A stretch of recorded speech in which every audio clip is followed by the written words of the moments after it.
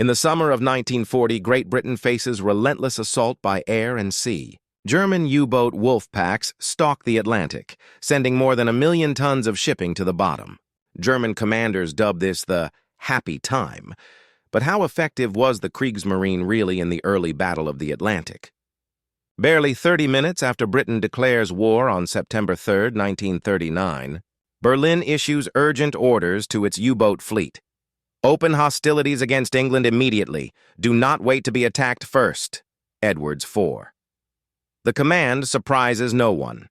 Since late August, U-boats have already taken up positions around the British Isles, and 2 Panzerschiffe, heavily armed pocket battleships, are already at sea.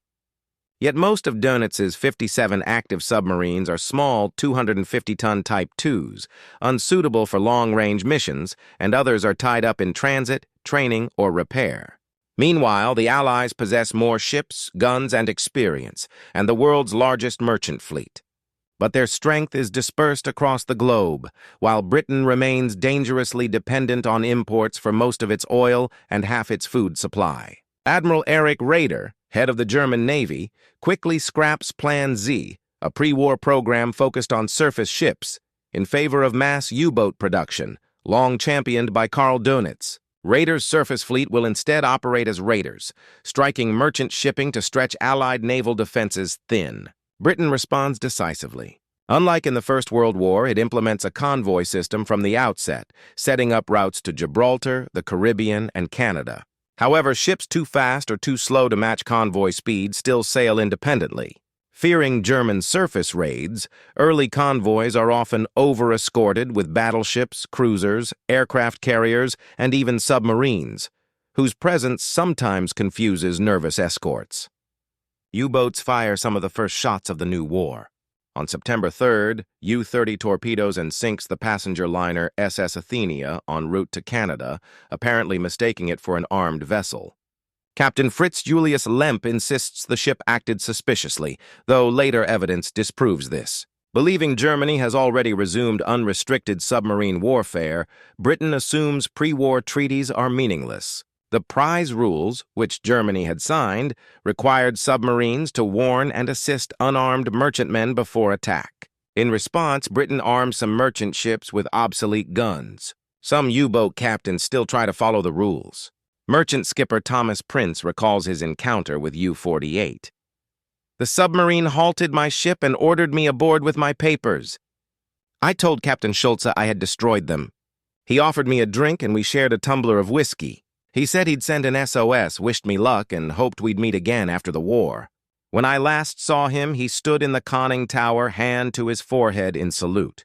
Edwards 21. But such gestures soon vanish. As British merchant ships become armed and the rules prove impractical, Raeder issues a sink-on-sight order on September 23rd for all enemy vessels. U-boats also begin targeting warships and achieve dramatic success. On September 17th, one sinks the aircraft carrier HMS Courageous, forcing the Royal Navy to withdraw carriers from escort duty. Then, on the night of October 13-14, Lieutenant Commander Günther Preen's U-47 slips through a narrow gap in Scapa Flow's defenses. Battling currents at full surface speed, Preen spots the battleship Royal Oak. At such moments, feeling turns off. One thinks with the boat. One becomes the brain of the steel animal creeping up on the giant ship. The great form lies there, lights out like a sleeping giant.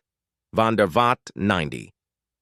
The first torpedoes barely scratch the ship, but the third detonates its ammunition stores, triggering a massive blast. Royal Oak sinks rapidly, taking 786 crewmen with her. Yet Germany's own losses mount. In the South Atlantic, the pocket battleship Graf Spee wreaks havoc, sinking 9 merchantmen by December 1939. But her success draws pursuit. After clashing with British forces off the River Plate, she limps into Montevideo, where her crew scuttles her on December 17th to avoid capture. By year's end, both sides can claim victories and setbacks. Britain loses 706,000 tons of shipping, yet its convoy system holds strong. Half the losses come from mines, and nearly all sunken merchantmen are isolated or straggling ships. Countermeasures neutralize magnetic mines, and of 5,756 convoyed ships in 1939, only 4 are sunk by submarines. Despite the morale boost from Scapa Flow, U-boats remain a minor threat. The situation worsens in early 1940 as many are diverted for Operation Weserübung, the invasion of Denmark and Norway. Soon, the Kriegsmarine discovers a critical flaw. Since September 1939, captains have reported persistent failures in G7A and G7E torpedoes, which often detonate prematurely, fail to explode, or miss entirely. Lone merchants can be attacked by deck gun, but against escorted convoys or warships, torpedoes are vital. By early 1940, Dönitz estimates losses total 330,000 tons, far below expectation.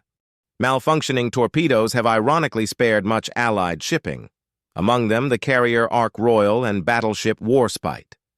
Frustrated, Prien laments, "I cannot be expected again to fight with a wooden gun." Van der Vaart 116. German engineers launch an investigation and begin adapting designs from captured British models. Torpedo reliability gradually improves, though not fully resolved until 1942. Even so, U-boats start gaining momentum. The Norwegian campaign, though a success, costs the surface fleet heavily, turning naval focus toward submarines. More boats, including the larger Type 7 class, enter service. It also becomes clear the war will be long, making Dönitz's U-boat-driven economic warfare strategy more appealing to Hitler. The fall of France in 1940 opens vast new possibilities. French Atlantic bases extend U-boat reach by 640 kilometers, enabling strikes deep into the mid-Atlantic gap, beyond the range of British and Canadian escorts. German command also lifts limits on neutral shipping, allowing attacks on any vessel in declared war zones except Italian, Japanese, Soviet, Spanish, or Irish ships. The U.S. soon bans its vessels from those regions entirely. As U-boat activity surges, Britain recalls escorts to guard against invasion, leaving too few for transatlantic convoys. To fill the gap, Canada rapidly expands its navy from 3,600 to 10,000 personnel by September 1940 and launches a domestic shipbuilding program for merchantmen, destroyers, and corvettes. Yet with limited industry and experience, these efforts take time to show results. Despite early setbacks, by June 1940, U-boats begin a streak of success the captains call Die glückliche Zeit, the happy time. Still, Dönitz lacks enough submarines for sustained action. Constant operations keep roughly half out of commission, and 25 have already been lost by July. Observing that British escorts depend heavily on sonar, ASDIC, he realizes that nighttime surface attacks exploit both speed and surprise. He refines his pre-war Rudel tactic, Wolfpack tactics, coordinating multiple U-boats to overwhelm convoys. With many escorts withdrawn or under repair, the time is ripe for his tonnage war, to sink enough merchant shipping to cripple Britain's economy and force surrender. From his new headquarters at Lorient, Dönitz directs operations using intelligence from the Navy's Beobachtungsdienst, which intercepts British convoy codes. Concentrating his most experienced captains on known routes, he orchestrates devastating group attacks. In June, 3 HX convoys from Halifax lose 7 ships. In late August, U-boats cooperating with aircraft sink 8 from HX-65. And on September 20th, 7 U-boats destroy 11 ships from HX-72. Commanders like Prien and Schulze become celebrated aces, credited with over 50,000 tons of sinkings. Merchant losses in the North Atlantic soar. On October 16, 1940, several U-boat aces assemble to ambush convoy SC-7, 35 merchantmen with only 5 escorts. When one escort breaks off to pursue Schulze's U-48, the rest are left exposed. That night, 5 U-boats strike, sinking 20 ships, 7 of them claimed by Otto Kretschmer's U-99. He records, 2355, fired torpedo at large freighter of about 6,000 tons, range 750 meters. Hit abreast foremast. Immediately a second explosion, a column of flame from bow to bridge, rising 200 meters. Bow shattered. Ship burns with green flame. Maudsley 84. Soon after, Prien leads a second attack on convoy HX-79, sinking 12 more ships. Surface raiders join in as the pocket battleship Admiral Scheer sinks 6 vessels from HX-84. British escorts perform poorly in these actions. Lacking effective communication, surface radar, or coordinated tactics, many leave convoys to chase U-boats or rescue survivors. By December 1940, Germany has sunk 4.3 million tons of Allied shipping since September 1939, 55% by submarines, with monthly losses far exceeding new construction. Britain counters with stricter rationing, reduced imports, expanded escort production, and appeals for help abroad. In 1939 and 1940, however, U.S. assistance remains limited by neutrality laws, isolationist sentiment, and the powerful America First movement.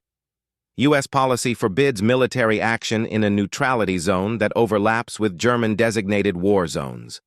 Hitler, wary of repeating the 1915 Lusitania incident that drew America into World War I, instructs his Navy, "The Naval High Command is to wage the war at sea so that incidents with the United States are avoided under all circumstances." Assman, 659. Yet German leaders grow angry at U.S. sympathy for Britain. Many Americans even celebrate the sinking of the Graf Spee within the neutrality zone. At times, German captains let certain targets go, fearing they might be American. Meanwhile, President Roosevelt grows increasingly supportive of British appeals for weapons and supplies, signaling a shift that will soon change the balance of the Atlantic War. U.S. neutrality laws prohibit selling or transporting war material, but Roosevelt argues they do not forbid bartering it. The result is the September 1940 Destroyers for Bases deal, under which Britain grants the United States long-term base rights in the Caribbean, Newfoundland, and South America in exchange for 50 aging American destroyers. Not everyone in Britain, including Winston Churchill, is impressed. The ships are poorly maintained and need major overhauls. By May 1941, only 30 are operational, yet the deal marks a major policy shift for Washington. Fresh from re-election, Roosevelt deepens cooperation in December through the Lend-Lease program enacted by executive order. It authorizes the U.S. to sell, transfer title to, exchange, lease, lend, or otherwise dispose of any property to nations deemed vital to American security. While recipients must technically pay and transport equipment themselves, the terms are intentionally flexible, and Britain is allowed to defer payments. In January 1941, Anglo-American cooperation expands further during the secret ABC-1, America-Britain-Canada, talks in Washington, which outline joint plans should the U.S. enter the war. These discussions establish a Germany-first strategy and cooperation in convoy protection, Atlantic defense, and intelligence sharing. With the invasion threat easing by early 1941, Churchill identifies the Atlantic as the decisive theater. After Hitler vows to unleash a massive U-boat offensive, Churchill counters, "In February, as you remember, that bad man, in one of his raving outbursts, threatened us with a terrifying increase in his U-boats and attacks. That is what is called the Battle of the Atlantic, which we must win on salt water just as decisively as we won the Battle of Britain last August and September in the air." Maudsley 93. U-boats now appear dominant, but Britain's Royal Navy remains powerful and can focus its strength on the Atlantic. So how successful were the U-boats in 1940? During the 4-month happy time, German submarines sink about 1.1 million tons of Allied shipping, a sharp rise over earlier months, but still not decisive.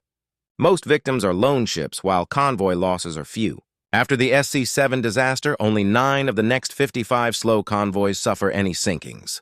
Dönitz calculates he must destroy 300,000 tons per month to cripple Britain's vast merchant fleet, which now includes ships from occupied nations, and offset replacements. In 1940, U-boats reached that target only twice. Before the war, the Kriegsmarine struggled for influence within a German military dominated by the Army and Luftwaffe, both central to Hitler's continental ambitions. Many Nazi officials still hoped Britain would stay neutral. The Navy itself was split between Raeder, who wanted a balanced surface fleet, and Dönitz, who pushed for submarines and economic warfare. Both plans demanded long-term investment, the opposite of Hitler's impulsive short-term approach. Even after Plan Z was approved in 1939, resources were scarce. Rader admitted grimly. As far as the Navy is concerned, obviously it is in no way adequately equipped for the great struggle with Great Britain. The submarine arm is much too weak. The surface forces, moreover, are so inferior in number and strength to those of the British fleet that, even at full strength, they can do no more than show that they know how to die gallantly. Maudsley 5. When war erupted in 1939, 9 years before Plan Z's planned completion, the Kriegsmarine was ill-prepared for either Rader's or Dönitz's vision. Too few surface ships existed to challenge the Royal Navy. Vessels like the Graf Spee made headlines but sank little in proportion to their cost and crew. U-boats were far cheaper and more efficient commerce raiders, yet pre-war emphasis on capital ships left their numbers too low in 1940. Still, Dönitz saw promise. The devastation wrought by only a handful of submarines convinced him what could be achieved with a full fleet. During the happy time, just 6 U-boats on average operated simultaneously. With 300 modern boats, he believed, he could strangle Britain completely. But time was against him. Vice Admiral Kurt Assmann later recalled that Dönitz estimated he had 2 years before Allied advances in technology and shipbuilding would neutralize the U-boat threat, placing intense pressure on production, testing, and training. Britain, meanwhile, was not idle. In late 1940, the Royal Navy forms 8 specialized escort groups, equipped with improved anti-submarine weapons, VHF intership radios, and expanded air coverage from Coastal Command. New technologies were emerging too, radar and sonar improvements that would soon turn the tide. Yet for now, the Germans still had powerful surface ships coming. 2 of Plan Z's greatest ambitions were nearing completion: Bismarck and Tirpitz, the largest warships Germany had ever built. 5 years later, long after the happy times, Admiral Karl Dönitz would rise to become head of state and supreme, commander of the armed forces of Nazi Germany, following the suicides of Adolf Hitler and Joseph Goebbels in the Berlin bunker as the Red Army closed in during the city's final days. If you want to learn more about the Battle of Berlin, check out our 18-part documentary, 16 Days in Berlin, the most detailed day-by-day account ever made, featuring maps, animations, and authentic footage. It's available exclusively on Nebula, our creator-owned streaming service, free from ads and algorithms. You can watch 16 Days in Berlin, Rhineland 45, Red Adams, and more at Nebula TV Real-Time History, just $36 a year, or join with a lifetime membership for permanent access while directly supporting real-time history and funding more original productions. All sources for this episode are listed below.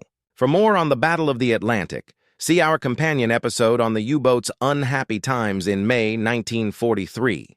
I'm Jesse Alexander, and this has been a production of Real-Time History, the only history channel that knows about Assmann's post-war career as a New York proctologist.